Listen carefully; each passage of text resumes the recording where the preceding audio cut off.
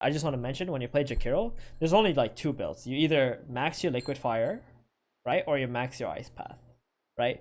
After level 2 dual breath, there's not a whole lot of reason to go more levels into dual breath because both of these two spells actually scale much better, right? This one has insanely lower cooldown and more attack slow, and it's amazing against towers. And ice path because of the duration of the disable and the cooldown, right?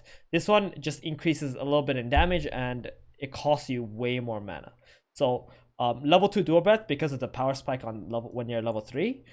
After that, you either max your liquid fire or ice path depending on the game. Most of the time I max out my liquid fire so that I can go and take objectives and pressure objectives. Because if I start hitting a tower with liquid fire, it's like permanently minus 60 attack, and the enemy has to bring heroes to defend that tower. If you like our content, please do like and subscribe to our channel, and don't forget to click the notification button below so you will be notified when a new video will be released. In this replay, Bebe asks, what did I do wrong on lane? What could I do better? Did I leave too early? SFO was bad? I think yes. How we could have won this? I think they were just better than us in the end. All right, sure. So he's got a few questions for this replay. We're gonna check it out and see and try to answer those questions the best that we can. But we're also gonna go over his overall gameplay and how he could play better, right? So his rank is oh, I can't actually see his rank here. We'll figure it out. I'm sure he'll show up in chat. Oh, there we go. That is Archon. He's Archon 5, almost legend. He's got Tango's Flask for his carry. He bought Quelling Blade this game. Interesting. There's no real good reason for this Quelling Blade, I want to say. Like, I guess cutting these trees down so he can pull easier. That's a thing. But at the same time, you have a PA. You can kind of just ask the PA to cut the trees for you. So that way you could spend this quelling money into like another mango and a fairy fire, which would be, so much better for your lane, right? It'll give you extra regen, and that's all nice. But if you like playing with the quelling blade, then that's okay. If this is your playstyle, I dig it. I love creativity and these kind of things. So it works either way. So level 1, you're just chasing the Weaver around, using Q on him. You don't really see the Pudge for whatever reason, and you're just kind of pressuring this Weaver out of the lane, which is really, really good. And with your first starting gold, you actually bought 2 sentries. That's amazing because there's a Weaver lane, and this PA essentially should have free farm at this point, while the Weaver can only pretty much farm with no, the sentries actually get picked off by the Weaver, sadly, but you still get the kill on him, which was really, really nice. Here you should be claritying up while you're pulling. So in these situations, like once you got the kill or once you're out of mana, especially when you go to pull, this is the best time to actually pop your clarity, because that way, one, you're refilling your mana, but also the enemy can't actually break your clarity, because you can just angle yourself in a way that they need to like go really deep to try and cancel your clarity. So this right now, if you popped your clarity as soon as that Weaver died and you were going to the pull, you would already be having like full usage out of your clarity right now, and you would have mana to be able to pressure this Weaver if you wanted to. So you do the pull here. So instead of pulling up like this, you could have also like pulled here to chain the pull if you wanted to chain it.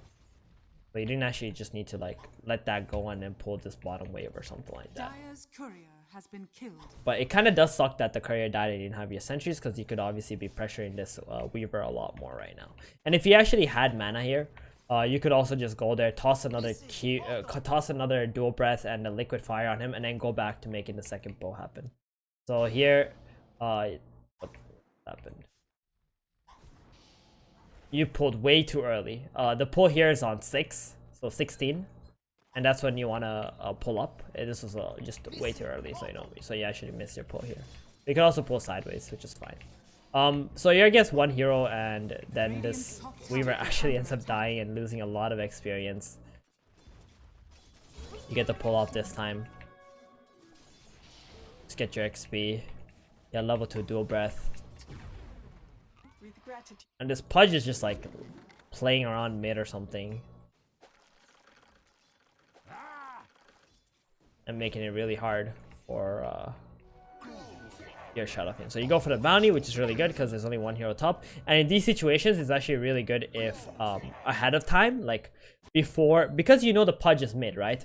And you're against one solo hero. You don't really need to help this PA like 24/7. As long as you zone him out early and the PA gets all the farm, like she's gonna be able to solo this Weaver at some point. And this PA, I don't know why, but she needs to skill Blur. Like this is an insane spell. You need it no matter what. You don't need level 2 Phantom Strike. But at 430, when you realize the Pudges are on mid, you could already position yourself in a way, especially when the wave is up here, to go for this bounty rune. So you can take that away from the opponent, right? Because taking this bounty away from your opponent, that's like minus 50 gold for all your enemies, but plus 50 gold for you. So it's like 100 gold swing, right? So you want to go here, you want to be like, you want to do as many annoying things as you possibly can. So taking that like bounty runes is how you build like net worth differences in the early game. So here, like, instead of being here, you could have already been here, taken this rune away, and this Wind Ranger would have been very sad when she goes here to realize that the rune is taken, and you would have been able to go back here and take the second rune, and the Weaver was not able to leave because he's up here in the lane. And at your level, like, stealing your enemy's bounty rune shouldn't be that hard. Like, most of the time, opponents are not even thinking about it. But I see that you're really good, you know, just focusing on pulling, getting XP and such. So it's not bad. It would be nice if you were actually here to take that XP, and if the Weaver came to you, you should like use spells on him and make him low, right? Like just pulling alone is not enough, right? Like the second pull here is not even that relevant because there's XP to be taken here, but you're pulling here and the wave is already in front of your tower.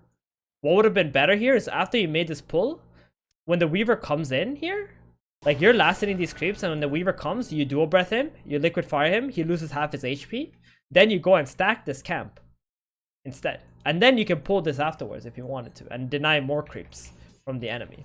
But right now, like, you're not even getting like the last hit. They're kind of out of XP range, so the Weaver got the last hit and the solo XP for that big creep. Essentially, you actually gave him more, although he's in like a 2 versus 1 lane. And you want to keep on, like, early game, I like what you did. You kept spamming your mana on him, but you want to keep doing that, like, after you clarity up and you got more mana for yourself. So you dust him, really good. You go for the kill, nice. Second time he's died. 7 minutes. Still playing around top, making more pulls happen. And then this time around, the Pudge actually stayed with the Weaver and he killed you. So like here, you kind of like saw the Pudge, but I mean, you just got hooked. There's nothing much else to say there. It's gonna have to be a little bit more careful when the wave is under the tower. The PA is gonna be farming, and when the PA needs to farm under the tower, she can't actually help you, right? Your carry can't help you. So once you pull, then the enemy are coming after your pull. You just gotta kind of run away. You can't really fight back against them. So what do you do when you're alive? You think about going top. You realize that Radiant's middle tower is under attack. maybe there's not a whole lot you can do top lane here, and this might be a good time for you to actually go bottom right now. So in higher MMR games, what would normally happen at this stage, right? Because there's like a Weaver and a Pudge, and the Weaver's already 6, you can't actually kill this Weaver, right? It's like impossible. What would actually happen is the PA should go bottom, right? And like either kill this Lich or whatever, or at least free farm bot lane. And you yourself can also go bottom, and with your liquid fire, you guys can actually take this tier 1 tower bottom by collapsing here. Because this Pudge and this Weaver, they can't do, like, you can't stop them from being top lane and free farming. Because this Weaver is invincible at this point, against your heroes especially. Now, if this was Skyrath top, then maybe Weaver can die. But against Jakiro and PA, it's very unlikely. And right now, both of you are like kind of, not both of you, maybe PA not so much, but you as a Jakiro are kind of food. Where if you actually go bottom, and the Terrorblade has already made his way into the jungle, and you start liquid firing this tower, like it will die. And 3 heroes is better than 2 heroes to actually dive the enemy and maybe even kill the Lich. Like your Mirana and Sky just need like that one extra person to help them, because right now this Lich is actually just zoning off this Mirana and Sky from the tower all by himself, which is kind of embarrassing because they're like level 5 and this guy is just like level 4 Lich. He should actually just instantly die. Like one concussive shot. Nice kill by them. And you're just keep pulling and pulling. Rune. Oh, you always prioritize the bounties. 100%. Those things are way too important. Doesn't matter what kills are happening, just get the bounty rune. Those things are way too important. So you go to middle. You guys get the kill on the Weaver. Your Ice Path for your Shadow Fiend. PA TP's in. You guys get another kill. Nice. That's great. You guys are off to an amazing start. But still haven't taken any towers or applied any pressure on towers quite yet. So you got the tome, you're level 7 now. Alright. First of all, I just want to mention when you play Jakiro, there's only like 2 builds. You either max your Liquid Fire, right? Or you max your Ice Path, right? After level 2 Dual Breath, there's not a whole lot of reason to go more levels into Dual Breath because both of these 2 spells actually scale much better, right? This one has insanely lower cooldown and more attack slow, and it's amazing against towers. And Ice Path because of the duration of the disable and the cooldown, right? This one just increases a little bit in damage and it costs you way more mana. So level 2 Dual Breath because of the power spike on level when you're level 3. After that, you either max your Liquid Fire or Ice Path depending on the game. Most of the time I like to play, I max out my Liquid Fire so that I can go and take objectives and pressure objectives. Because if I start hitting a tower with Liquid Fire, it's like permanently minus 60 attack, and the enemy has to bring heroes to defend that tower. Because the tower itself, the tower can't protect itself anymore. So that's how you can have impact as a position 5 Jakiro, especially. Like maxing out Dual Breath just makes you, it doesn't really let you be any stronger than you were when you had just level 2 Dual Breath, honestly. So you keep going back top lane, but every time you go top lane, you can't really apply any pressure to your enemy. And as you can see, like you walk from top all the way to the PA, then now you're gonna like walk back middle because you realize there's not a whole lot happening, and then you TP back bottom, right? But it should be your natural instinct to go and pressure the enemy safely, if possible, right? Like if there's nothing else going on and you're alive in your base, like you should think like, hey, let me go pair up with my position 4, my position 3, and try to take a tower, try to pressure a lane so that the enemies have to react to that, and when they come to me, that's when I'll fight them. Instead of you as a Jakiro chasing heroes around the map. Because this hero does not chase heroes around the map. He's so slow. But he can fight. That's what he's good at. So in order to make people fight you, you need to go to their objectives and force them to come to you. And if they don't come to you, then you get free towers, right? As you can see here, you revive, you walk to top, then you TP bottom, and then you walk here, and then you're walking back middle now, and you're, for like the last 3 minutes, I want to say, you haven't been able to accomplish anything, right? Because you don't have that direction in the game anymore. And the way that you create a direction is with your skill build, essentially, right? Like if you max out your liquefier, now you have a purpose. Now you can take objectives. You can go to a lane, you can shove it out, then start liquefying the tower.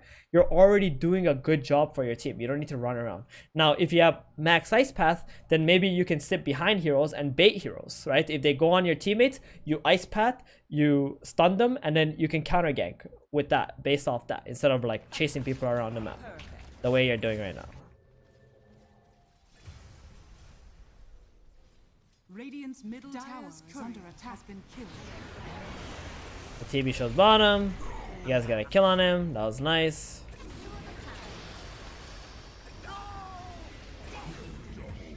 Dire's top tower. Radiant's middle tower is under attack. Where'd the PA die? PA died top because, of course, she's in the dead lane instead of playing bottom or playing in the jungle here, right? She should be like farming all of these camps and farming the bottom camps and farming this stuff after the bottom tower already died. So you're gonna have to bring your team together and ask them to open up the map by taking objectives. And if you're a Jakiro with max liquefier, it's so much easier for your team to also take objectives. And this spell does a lot of damage, by the way, like level 4. It's really good amount of damage without, and it doesn't even cost you mana. That's the best part about liquefier, is that it doesn't cost you any mana at all. So now you guys bring people bottom, 15 minutes. You guys Pushing the lane. Radiant's bottom But nobody's sticking around for the attack. tower? Yikes. It looks like you guys brought heroes bottom for fights, but you didn't bring heroes bottom to take the objectives. And this is the biggest problem in this game. Like, you guys had the team itself had an amazing start, but the game doesn't go so well because you guys are not taking objectives, opening up the map, and being able to run into the jungle and take farm away from your opponent. You guys are just focused on fighting and defending, but not making the first moves, especially on objectives. And objectives is how, you know, you win Dota, right? Like, think about it. Why do we play Dota? Because we need to kill the enemy throne, right? The enemy ancients. How do you get to the enemy ancients? You gotta take towers. You gotta, you know, make your way through them. So sometimes as early as you can take the tier 1 towers, the better chance of progression, pretty much. Because the longer it goes that you leave these towers up, the harder they become to take, because the enemies are also getting stronger. Dire's top tower has fallen.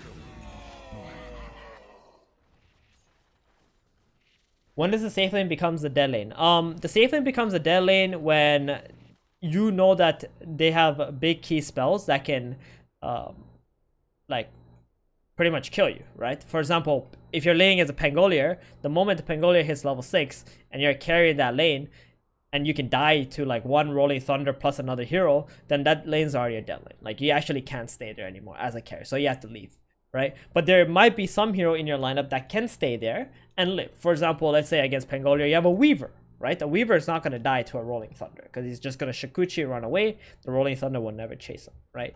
Or let's say a Brewmaster.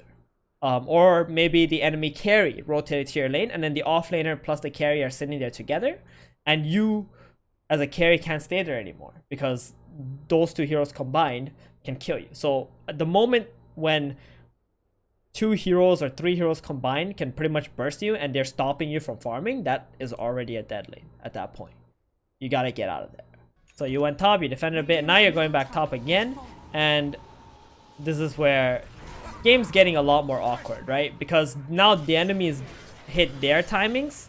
Like, this TV has a Manta, this guy's like a Maelstrom, and they're the ones starting to run at you now, at your team now, because you guys did not take your advantage in the early game and take the objectives and plant aggressive vision and play around their jungle areas. Radiant's bottom tower is under So now you guys are, because a little bit behind, starting to put up some defensive wards, arming up on your side. All good.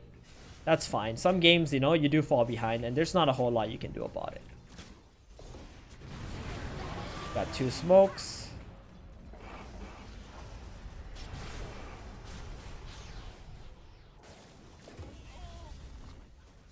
So now you guys are bottom. Radiant's bottom tower. SF just gonna casually try to take the tower. Pudge comes in.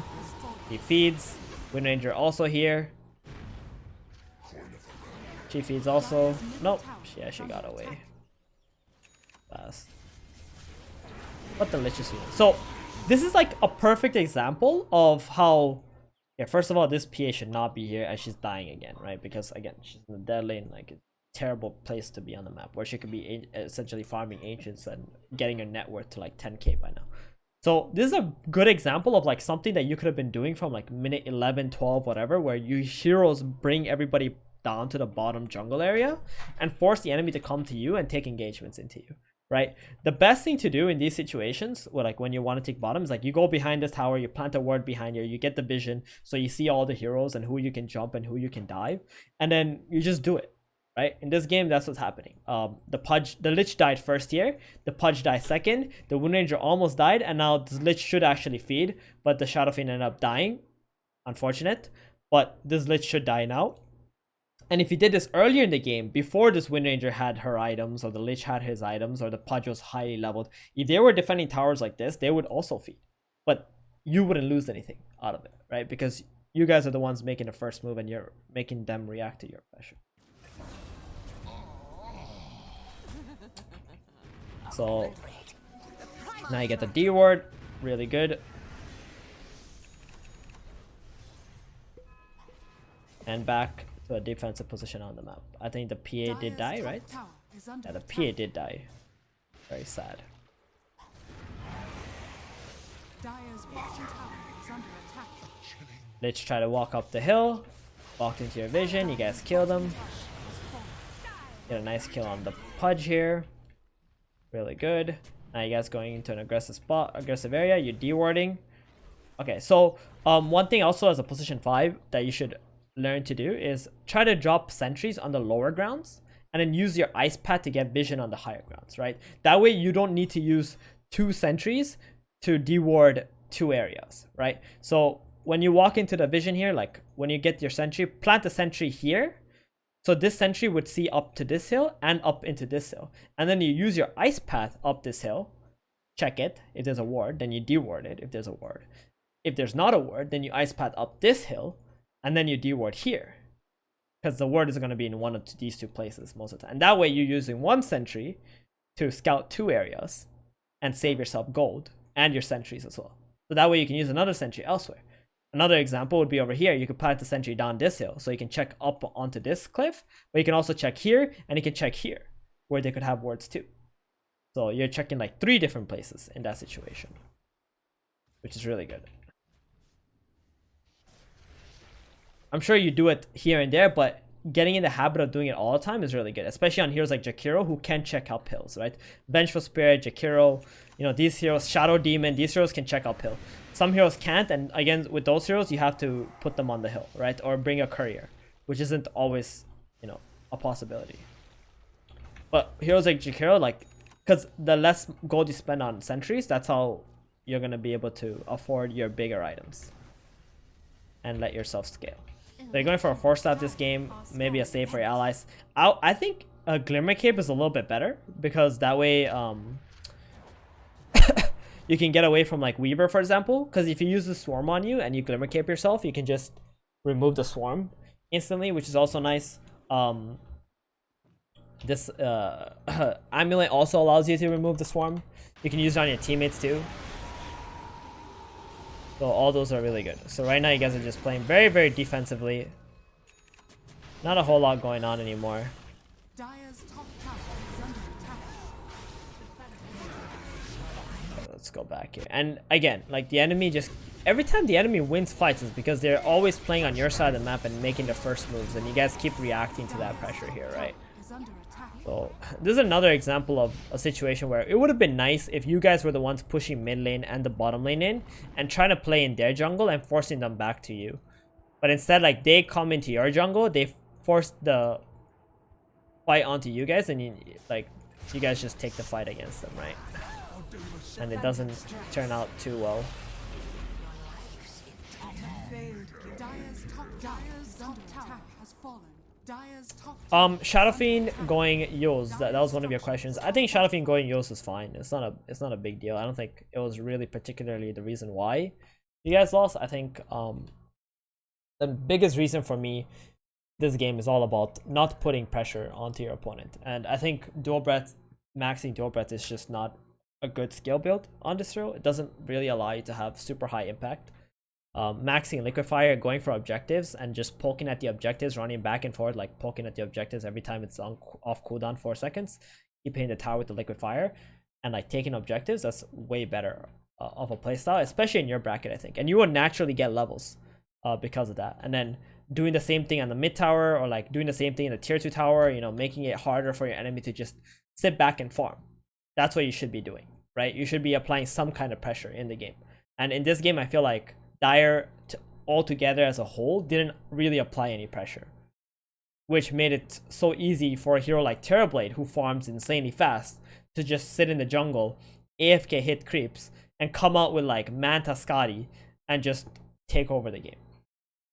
So that's probably what was the #1 reason why you guys actually lost. Because I don't think your hero picks were bad. I think your hero picks could easily win against Radiant heroes. It's not a problem whatsoever. You guys had all the potential. Like Yules in this game could even set up for the Mirana, right? Mirana can cast arrow off Yules too, not a problem. Can set up for Skyrat, can set up for a lot of things. The item build, not really a big issue. PA obviously playing top the entirety of this game was a disaster. PA needs to be farming ancients, farming big camps around this area, farming bottom areas, you know, farming a little bit more aggressively. so that there's always some kind of creep waves going into the enemy towers and making the enemy react to that. And just making plays on the enemy side overall. I think that's probably the #1 biggest reason why this game Radiant structures are was fortified. lost. And you as a support, you're pretty good, but you just have to focus on, you might have a little bit too much focus on the safe lane, where at some point you gotta realize, hey, I need to move to apply some pressure elsewhere, because my lane is already like done, right? The moment the Weaver hits level 6 in this lane, your job is over, right? There's nothing to do against the level 6 Weaver as a Jakiro.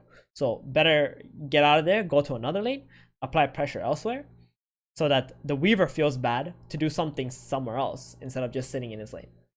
And if he does just sit in his lane, then you guys will get objectives elsewhere.